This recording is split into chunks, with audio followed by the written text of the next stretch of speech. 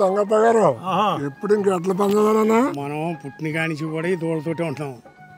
AD మన రైతాంగం చేసే పని ఉంది, ఇదే పని కదా. ఏడి ఏదో గండి బాసర్రావు గారు ఇక్కడ చేసాల డాక్టర్ గారు ఎడ్ల పోటీ పెట్టారు. మీ 2 జతల్ని తయారు చేసి పోటీలో నెగ్గాలన్న తాపరదాయంతో తయారు చేస్తా ఉన్నాం. రాత్రులు పొగళ్ళు పనులు ఆహారాలు మానుకుని. ఏడి రండి మీరంతా. ఏడి మొత్తం 3 జిల్లాలు, 4 జిల్లాల్లో దూడలన్నీ వస్తాయండి. ఏంటి మన ఊళ్ళో మేమే చేస్తున్నాం చెప్పి మీరు ఏదో చిన్నగా అనుకుంటున్నారు. మీరు ఎక్కడెక్కడ చూడక ఏంటి దూడలంటే సరదా సుధీరని రండి. ఇటువంటి భారీ ఎత్తి పందాలు ఎప్పుడు కూడా ఎవడో పెట్టలేదు. మన డాక్టర్ గారు ఈ మోటార్ సైకిల్ పెట్టాడంటే ఎంత గొప్పగా పెట్టాడో లెక్కేసుకోండి.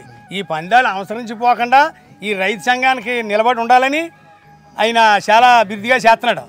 ఈ రైతులు కూడా ఏదో ఉన్నా లేకపోయినా ఏదో రకంగా ఈ దూడలను అలా పట్టుకుని పోషింత ఇది చేస్తూ ఉన్నారు.